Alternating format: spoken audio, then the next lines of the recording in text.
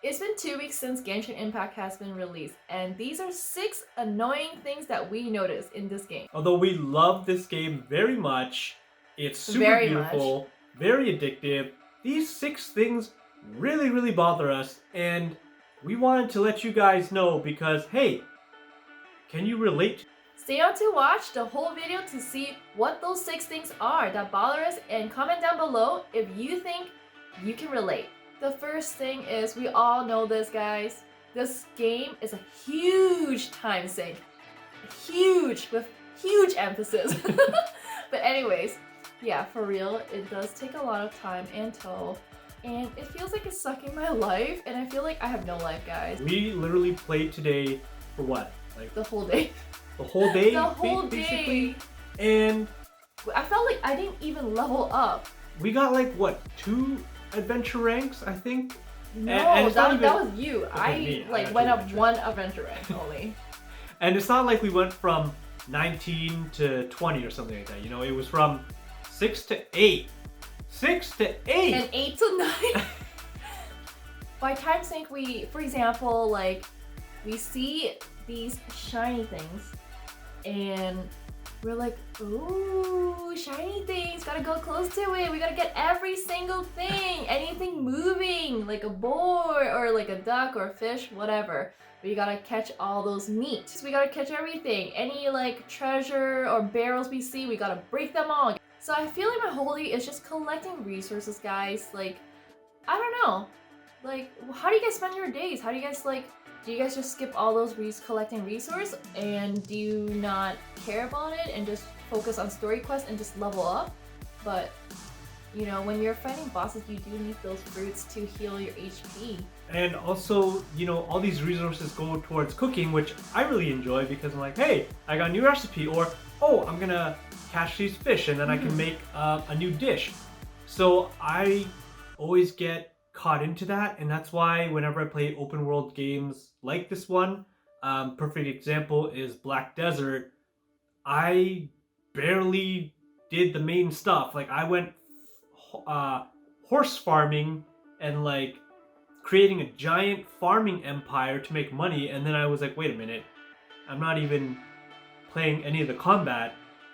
I'm essentially doing a farm simulator and horse breeding. So I was like, what is going on? And I spent so much time on it, and this is kind of like the same thing. I'll be going towards a quest point, and I'll be like, oh, what is this shiny thing? Oh, there's iron here, I'm gonna go break it. And then as I get closer to the quest point, I'll see something else shiny. I'm like, oh, a mushroom, I can use this for a dish. And then I'll see these flowers or whatever, or I'll see... Yeah, you just get so tempted to like collect everything. Anything you see like sparkling or shiny, you just want to go near it and collect it, and then you just like wander off so much. And also the side quests, there are those random challenges that you can do to fight bosses, like mini bosses, and then you'll get rewards, right? So I'll see that and I'm like, oh, I'll just take a pit stop here and fight this thing. And then next thing I know... Too many pit stop, honestly, too many. I'll be like, oh wait, I don't even know where I am right now because I'm so far off from where I was supposed to go because I was fighting this challenge which made me run away from the bosses to dodge and whatever. And now I'm in some random place with another challenge that I'm gonna try to do, and it just goes on, and I'm like, point number 2. So the most frustrating thing for me and Andy is definitely the controls. So we both started out playing on our phones / tablet, and we're like, okay, you know, it's a little weird spinning your character around, like, you know, checking where you want to view and whatever, and then and even maneuvering them, like going like forward, back, and everything, I was like, oh man, sometimes my finger's not pressing it properly, and it's not going where I wanted to go. It just wasn't working out, so then we had to switch to PC. And before that, I was like, you know what? They have the PS4 version. I'm going to try it on PS4. Little did I know, PS4 version, you can't sync your accounts. So we're like, okay, we're going to switch to PC because the accounts we start on our phone, we can at least transfer them to the PC through that, you know, cross-platform thing. But PS4 can't. So I was like, oh my god, I wasted time downloading on my PS4. But the nice thing about the PS4 is that they actually keep the controls like a regular PlayStation game. Now when we go to the PC, Andy's playing with, you know, keyboard and mouse, and that's all good, but she can't change her keys. I can't figure out how to. So we just assume that we can't.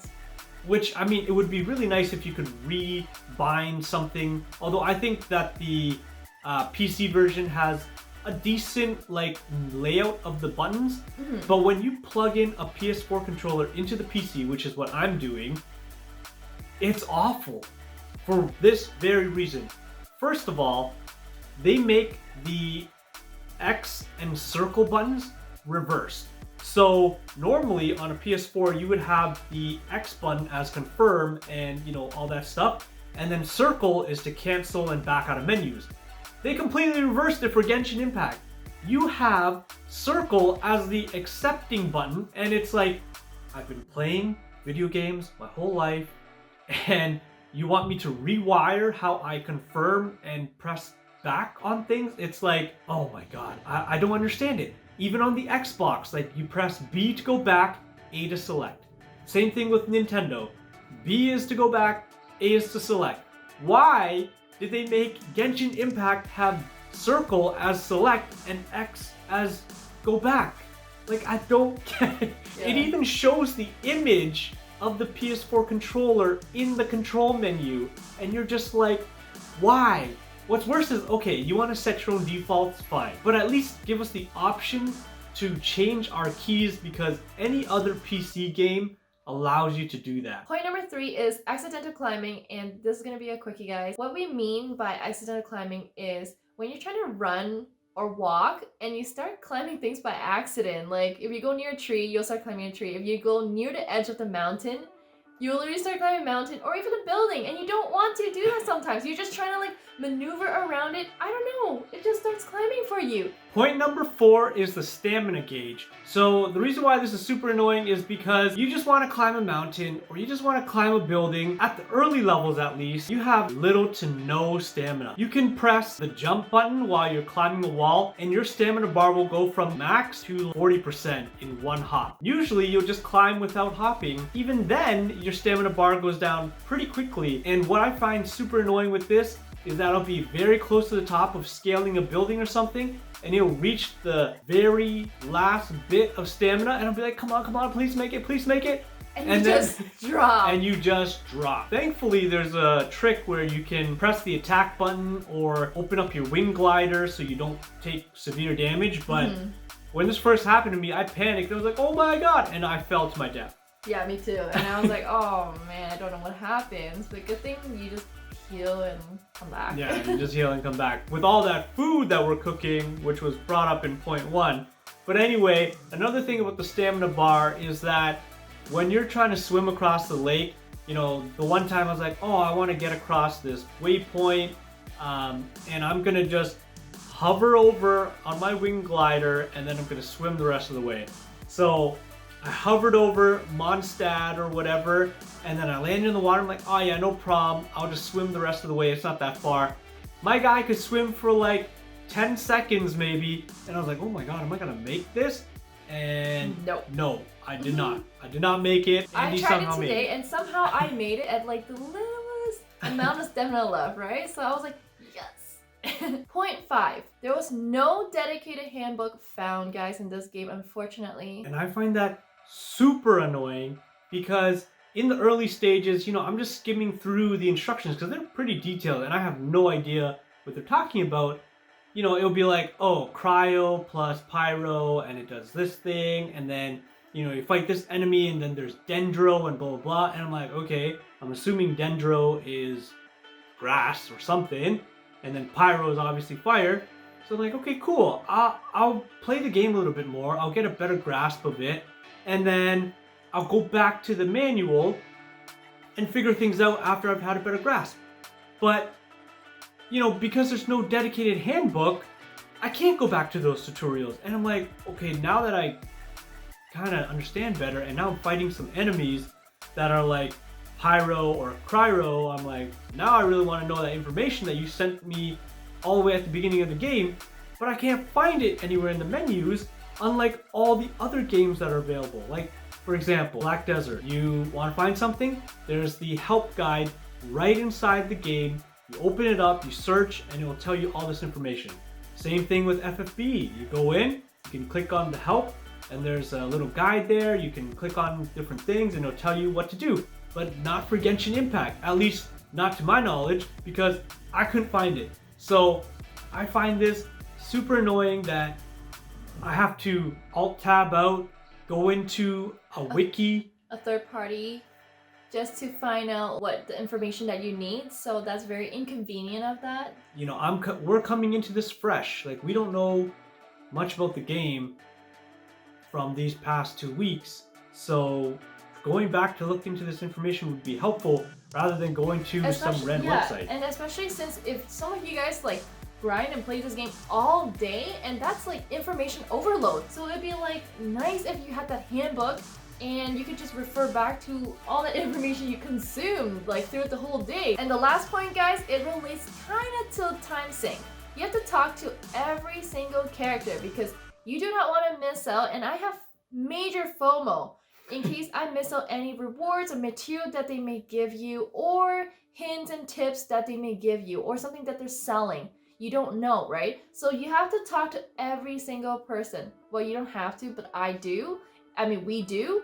So it is a big time sink for me, guys. You know, I completely agree with Andy because I also have FOMO, and I want to add another layer to this that I think is annoying, is because, you know, yes, talking to all these people is a time sink, but there's a big FOMO for me because there's all these different options there, right? And one of them is a treasure chest. At least I saw from one person. I was like, oh man, a treasure chest. Like a treasure chest icon, right? Yeah, I was like, oh, does that mean they give me something? And I remember I chose it and I didn't get anything. Maybe it like activated quests that I didn't complete or whatever, but that option was gone after, and then there was these other ones. And I was like, okay, let me try choosing these options and see what happens. And I don't think anything happened. So that's something that really bothers me, is because I'm used to other games where if you choose something, it affects the decisions of the character, or it affects their relationship towards you. I think in Black Desert they call it amenity, and so if you talk to a person and you build a good relationship with them, you have a higher amenity. I don't know if they have it for this game though. That's the thing, I don't know if they have it, but they build these options making it seem like it's there. And I don't know if we're supposed to, if you press on the other option, it will change anything. So I try to like go back, talk to them, and press on the other option just in case I miss something, right? So that is very, very time consuming. And even like in the, you know, quest itself, it's, you think that maybe it'll make a difference, but I don't think it has. Like when we're in a quest for the storyline and there's two options, one of them is kind of like more arrogant, and then the other one's a little bit more like modest and friendly. So I'm like, okay, I'm gonna try the modest and friendly version and see if, you know, this will make the person like me better, or they'll give me a reward, right? And then I'll be like, okay, I don't think I saw any difference. So this time I'm gonna try to do the more arrogant one, or like selfish choice. And I don't know if it makes a difference either, because I didn't see any change. Like for example, the one quest where it's like, oh, let's go find this treasure for Kaya, or whatever his name is.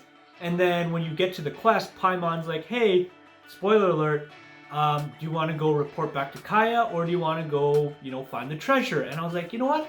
I'm going to try to be a selfish person this time, and I'm going to choose, let's go find the treasure. And then when I clicked it, I was expecting Paimon to be like, oh, you know what, maybe we should probably go check with Kaya first. But instead, Paimon's like, yeah, that's exactly what I was thinking, like, let's go find this treasure. I'm like, okay, what would have happened if I chose, let's go talk to Kaya? Would it have made me go back to talk to Kaya? Or would Paimon would have been like, nah, we don't need to talk to Kaya, let's just go get that sword. So based on my experience, like, I don't think it makes a difference. I wish it did. So let us know which, you know, options you choose. Do you choose the selfish ones? Do you choose the more, you know, friendly and modest ones?